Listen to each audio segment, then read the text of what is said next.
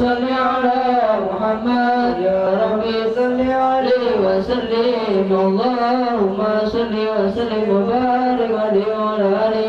بسم الله الرحمن الرحيم. ملائكته يصلون على النبي يا أيها الذين آمنوا صلوا عليه وسلموا تسليما اللهم صل وسلم وبارك عليه يا رسول الله سلام عليك يا رفيع جاهي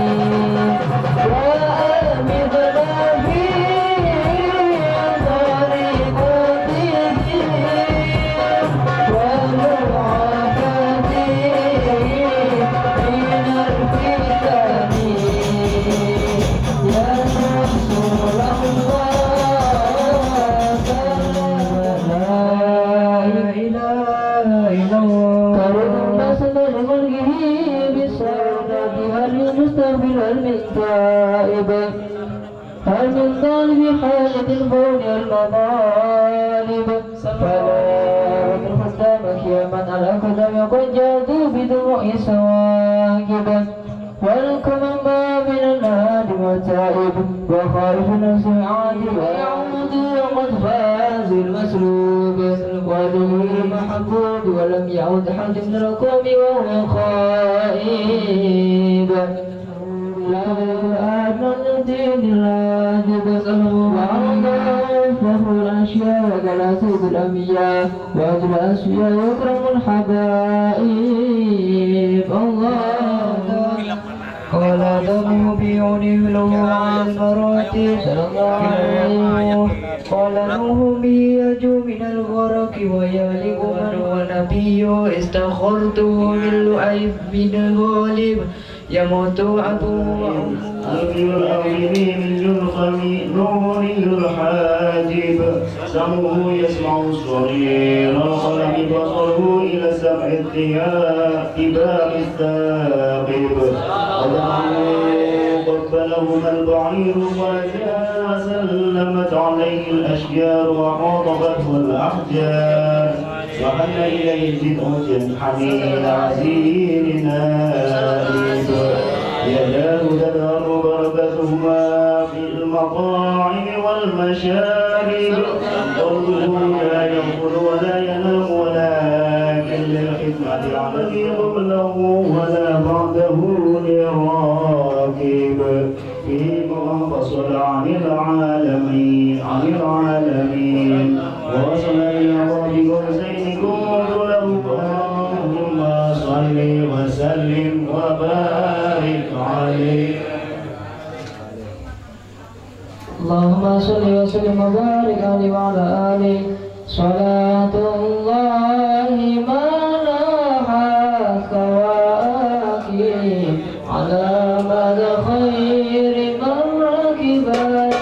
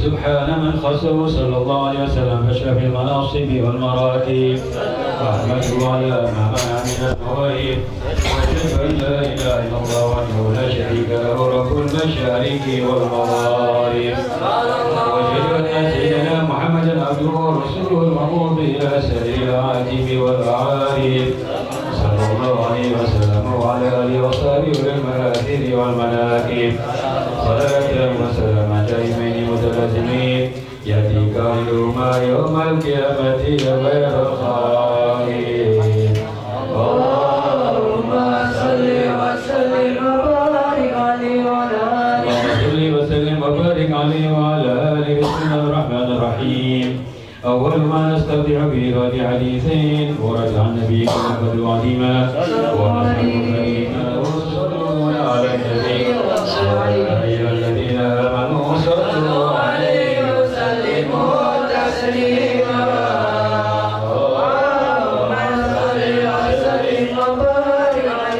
اللهم صل وسلم وبارك عليه الحديث الأول عن باب الحجاب ولسان البيان عظيم أو حد علماء الناس سيدنا عبد الله بن سيدنا العباس رضي الله عن رسول الله صلى الله عليه وسلم وأنه قال إن قريشا كانت نورا بين يديه عز وجل قبل أن يخلق آدم ب40 عام يسبح الله ذلك النور وتسبح الملائكة بتسبيحه ولما خلق الله آدم أودع ذلك النور في الطينة قال صلى الله عليه وسلم فأبدني الله عز وجل إلى الأرض بإضرار آدم السفينة بسلب نوح وجعلني بسلب خليل إبراهيم حين كذب به اللهم صل وسلم وبارك عليه وعلى آله الحديث الثاني عن عبد بن يسار أن كان بالأنبار قال على من أبي التوراة إلا سفرا واحدا كان يعظمه يدخله الصندوق فلما مات أبي فتاته فإذا في نبي آخر الزمان مرضوا بمكة وجردوا بالمدينة وسلطانه بالشام يكسو شره وتزرع على وسطه يقول خير الأنبياء وموت خير الأمم يكبرون تعالى على كل شرف يصفون في صلاته كصفوفهم في الكتاب وأشهد أن محمدا رسول الله أشهد أن لا إله إلا الله وأشهد أن محمدا رسول الله أشهد أن لا إله إلا الله وأشهد أن محمدا رسول الله صلى الله عليه وسلم اللهم صل وسلم وبارك عليه وعلى آله فيقول الحق وعزتي وجلالي لا جعل من أخلص للبشارة كمن كذب بي أدخلوا الجنة برحمتي يا عز الجبار الحق الكون وخلاصة كثير سر الوجود ماجد القاصر ولا وجاء من المجهود واسفك عاجز أصحص لما حمد من خسر الكرم والجود القول إشارة وأنت المقصود يا أشرف من نال المحمود وجاء رسل من قبلك لكنه برفعة والأولى لك شهود اللهم صل وسلم وبارك عليه وعلى آله وفخري وفضلي إلى نهاية تمام حملي فلما اشتدت بها طلب بإذن رب الخلق وطاعة الحبيب صلى الله عليه وسلم ساجدا شاكرا حامدا كأنه بدر في التمام يا صلى الله على محمد صلى الله عليه وسلم صلى الله على محمد يا ربي صل وسلم على النبي محمد يا نبي سلام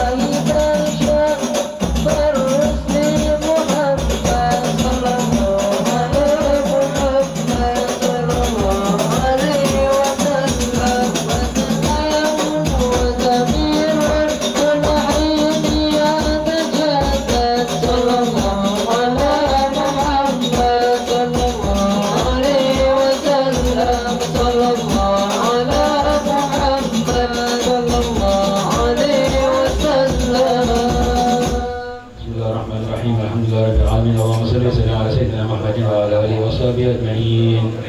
جعلنا الله إياكم من يستجيب الشفاعة ويرجو رحمته ورحمته. اللهم بحرمة هذا النبي الكريم وآل طاهرين وأصحابه السالكين على منهجه القويم اجعلنا من خير أمتي واسترنا بذيل حرمتي واسترنا ودا في زمرتي واستعمل ألسنتنا في مدحه ونصرته وأهلنا متمسكين بسنته وطاعته وأبدنا على حبه وجماعته. اللهم ادخلنا معه الجنة فإنه أول من يدخلها وأنزلنا معه في قصورها فإنه أول من ينزلها وارحمنا يوم يشفع للخلائق فترحمها. اللهم ارزقنا زيارته في كل سنة ولا تدعنا من الغافلين عنك ولا عن قدرتنا. اللهم لا تدع في مجلسنا هذا أحدا إلا غسلت بماء التوبة ذنوبا وسترت بماء الرداء المغفرة عيوبا. اللهم إنه كان معنا في السنة الماضية وكان معنا والبر عن الوصول إلى مثلها فلا تعرف من ثواب هذه الدنيا من ثواب هذه الساعة وفضلها. اللهم ارحمنا اللهم اجعلنا لآلائك ذاكرين ولنعمائك شاكرين وليوم لقائك من الذاكرين وأحينا بطاعتك مشغولين وإذا توفيتنا أجمعين. اللهم اكفنا شر الظالمين واجعلنا من فتنة هذه الدنيا سالمين. اللهم اجعل هذا الرسول الكريم لنا شفيعا وارزقنا بيوم القيامة مقاما رفيعا. اللهم اسقنا من حوض نبيك محمد صلى الله عليه وسلم شربة هنيئة لا نظمأ بعدها أبدا واحشرنا تحت لواء غدا. اللهم اغفر لنا به ولآبائنا ولأمهاتنا ولمشايخنا ولمعلمينا وذوي الحقوق علينا ولمن أجرى هذا الخير في هذه الساعة ولجميع المؤمنين والمؤمنات والمسلمين والمسلمات الأحياء منهم والأموات إنك كريم مجيب الدعوات وقاضي الحاجات وغافر الذنوب والخطيئات يا أرحم الراحمين. وصلى الله على سيدنا محمد وعلى آله وصحبه وسلم. سبحان ربك رب العزة عما يصفون وسلام على المرسلين والحمد لله رب العالمين. سر الفاتحة. السلام عليكم ورحمة الله وبركاته. الحمد لله رب العالمين وبه نستعين على أمور الدنيا والدين والصلاة والسلام على سيدنا وحبيبنا وشفيعنا وقرة أعيننا ومولانا محمد وعلى آله وصحبه أجمعين. أما بعد. Yang saya hormati, saya muliakan para alim, para kiai dan ustaz, bapak-bapak tamu undangan, wabil khusus sahibul hajah Bapak Samsul Bahri dan Ibu Nur Wahyu Ningsih yang pada malam hari ini mengundang kita semua dalam rangka mohon tambahan doa atas putranya yang pada malam hari ini kita berkumpul bersama dalam rangka Waliyatul Tasmiyah dan diberi nama Muhammad Mujtaba.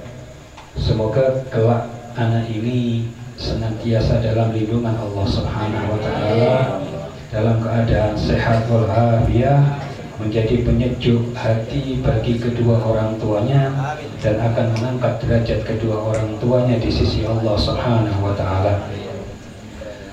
Dan Bapak Samsul Bahri sekeluarga pada malam hari ini mengumpulkan kita semua, tidak ada lain tadi seperti yang saya katakan, minta tambahan doa, ziyadah doa, karena sebagaimana yang disabdakan oleh baginda Nabi sallallahu alaihi wasallam, kullu mauludin yuladu 'alal fitrah fa abawahu yuhawidani aw yumajjisani aw yunasirani aw kama qala Nabi sallallahu alaihi wasallam, bahwa setiap bayi yang lahir, setiap manusia yang lahir dalam keadaan fitrah, dalam keadaan suci.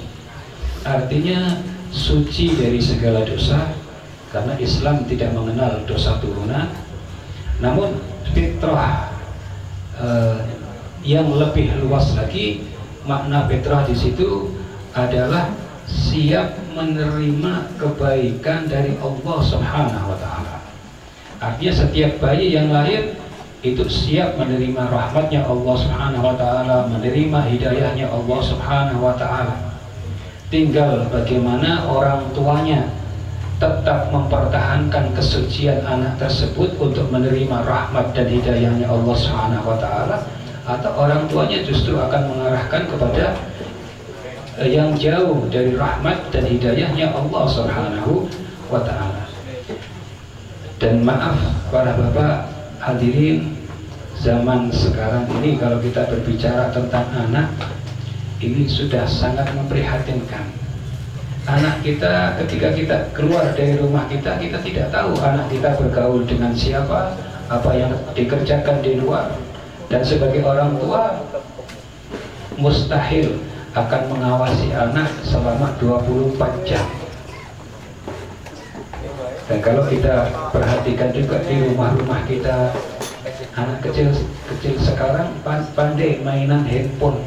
Sementara dari handphone itu, tanpa anak itu keluar bisa bermaksiat walaupun di dalam rumah, walaupun di dalam kamar. Maka kalau berbicara tentang menjaga anak di saat semacam ini, perlu ekstra ketat dari para orang tua. Namun usaha itu pun tidak cukup. Yang paling utama adalah doa dari kedua orang tua. Dan doa inilah yang merupakan satu senjata agar orang tua mampu melindungi anaknya tetap dalam keadaan berjalan di atas jalan yang telah ditentukan oleh Allah Subhanahu wa Ta'ala, yang telah diajarkan oleh baginda Nabi Muhammad sallallahu alaihi wasallam. Salah satu cara, siapa diri kita dan siapa kamu. Artinya ketika kita tanpa kita minta, tanpa kita mendaftar, kita dijadikan umat baginda Nabi Muhammad sallallahu alaihi wasallam, maka ini adalah nilai yang sangat luar biasa. Kalau kita ibarat batu, kalau batu akik harganya 5.000, 10.000, mungkin kita naruh batunya sembarangan juga tidak apa-apa, hilang juga tidak masalah. Tapi kalau batunya sudah mulai naik kelasnya 500.000, pasti lebih hati-hati lagi di dalam menjaga. Kalau sudah naik sampai 5 miliar, jelas. Apalagi kalau sudah bentuknya berlian, maka mungkin kita butuh lemari besi untuk menyimpan berlian ini. Begitu juga ketika kita tahu nilai kita menjadi umat Nabi Muhammad, maka kita akan menjaga sesuatu yang sangat berharga yang Allah berikan kepada kita. Semakin tahu kita nilai kita sebagai umat Nabi Muhammad, semakin berharga nilai kita di sisi Allah SWT, keutamaan yang diberikan oleh Allah Subhanahu wa Ta'ala. Kalau orang yang tidak tahu nilainya menjadi umat Nabi Muhammad, maka dia akan hidup sebagaimana tadi contohnya batu akik dalam keadaan diridhoi oleh Allah dan Rasulnya. Dan ini ketika kita mendidik anak, jangan beranggapan bahwa ketika anak masih bayi tidak paham dengan apa yang ada di sekelilingnya yang terjadi. Anak pertama kali yang menjadi madrasah anak pertama kali di rumah adalah ibu. Ibu adalah madrasah pertama. Jadi apapun yang dilakukan oleh ibu, apapun yang dilakukan oleh kedua orang tuanya, walaupun anak itu mungkin masih bayi, itu akan terekam dan nanti akan tumbuh berdasarkan rekaman memori yang ada di otaknya. Anak itu akan menjadi baik apabila kedua orang tuanya memberikan contoh yang baik, dan anak itu akan menjadi tidak baik kalau orang tuanya tidak memberikan contoh yang baik. Diriwayatkan satu orang memiliki anak 13, dan ke-13-nya ini menjadi wali semua, dan martabat kewaliannya yang paling rendah sebagaimana makomnya Syekh Junaid Al-Baghdadi. Syekh Junaid Al-Baghdadi itu sendiri saat beliau hidup, para ulama mengatakan bahwa Syekh Junaid Al-Baghdadi itu martabatnya menyamai sahabat. Padahal sahabat tidak ada yang menyamai martabatnya. Setelah Rasulullah adalah sahabat, baru tabi'in. Maka Syekh Junaid mengatakan seandainya 1000 Junaid ada pun tidak akan bisa menyamai satu sahabat yang martabatnya paling rendah. Artinya martabatnya sahabat ini tidak bisa disamai oleh ulama-ulama setelahnya. Nah ini 13 anaknya paling rendah martabatnya adalah seperti makomnya Syekh Junaid Al-Baghdadi. Ternyata apa? 13 anaknya ini dididik sendiri oleh ayah ibunya, tidak boleh keluar dari rumah, boleh keluar dari rumah setelah balik. Setelah balik itu pun baru boleh keluar dari rumah hanya untuk mengerjakan sholat Jumat, dan itu harus sama orang tuanya, tidak boleh lepas sendiri. Setelah umur 17 tahun, 18 tahun, sudah hafal Quran, sudah hafal minhaj, sudah ilmu fikihnya menguasai dan lain-lainnya, sudah pantas untuk menjadi mufti, ilmunya sudah sesuai, arti sudah mencukupi untuk menjadi mufti, baru akan diizinkan keluar dari rumah. Ini orang-orang dulu semacam itu. Cuma kita tidak mungkin sekarang seperti itu. Kalau dulu tidak ada TV, tidak ada handphone, ngajari anak di dalam rumah seperti itu masih. Tapi kalau kita sekarang, kita ngajari, nanti sebentar kita ngajari membaca Al-Quran, sebentar lagi sudah lari ke TV. Jadi saat ini usaha harus kita lakukan dengan semaksimal mungkin, tapi yang lebih utama adalah doa kedua orang tuanya untuk anaknya selalu taat kepada Allah Subhanahu wa Ta'ala, selalu taat kepada baginda Nabi Sallallahu Alaihi Wasallam. Nabi bersabda, doa walidain kedua Nabi li ummatih. Doanya kedua orang tua sebagaimana doanya Nabi terhadap umatnya. Kalau doanya Nabi terhadap umatnya pasti dikabulkan oleh Allah Subhanahu wa Ta'ala, maka doa kedua orang tua pun pasti akan dikabulkan oleh Allah Subhanahu wa Ta'ala. Salah satu senjata orang tua kita saat ini adalah dengan berdoa, merengek dan merintih kepada Allah Subhanahu wa Ta'ala untuk selalu menjaga anak-anak kita menjadi anak yang saleh dan saleha, taat kepada Allah Subhanahu wa Ta'ala, taat kepada baginda Nabi Muhammad sallallahu alaihi wasallam, taat kepada kedua orang tuanya, sehingga akan menjadikan penyejuk hati bagi kedua orang tuanya. Dan pada malam hari ini kita mari bersama-sama mendoakan supaya anak yang diberi nama Muhammad Mujtaba bin Samsul Bahri ini kelak akan menjadi anak yang soleh, dipanjangkan umurnya oleh Allah Subhanahu wa Ta'ala dalam keadaan sehat walafiat, berjalan di atas jalan yang diridhoi oleh Allah Subhanahu wa Ta'ala, taat kepada kedua orang tuanya, taat kepada baginda Nabi sallallahu alaihi wasallam. Amin ya rabbal alamin. Bismillahirrahmanirrahim. Allahumma lakal hamdu syukra wa lakal mannu fadla wa anta rabbuna haqqa wa nahnu abiduka rika wa anta lam tajali dzalika hala. Allahumma ya muyassir kul asir wa ya jabir kul kasir wa ya sahiba kul farid wa ya mamana kul khaif yassir alaina kul asir wa taysirul asir alayka yasir.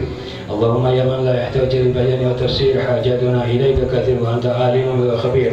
اللهم اجعل ولد المبارك محمد مجتبى من عيال السلامة وكرم عليه في طول العمر في طاعتك وطاعة رسولك سيدنا محمد صلى الله عليه وسلم، وفر حظها من العلم النافع والحلم الواسع والرزق الحسي والمعنوي، واحفظه من شر الزمان وشر أهل الزمان بجاه سيدي ولدي عدنان بحقي وبجاه ربنا اغفر لنا ولأزواجنا وذريتنا قرة أعين واجعلنا للمتقين إماما.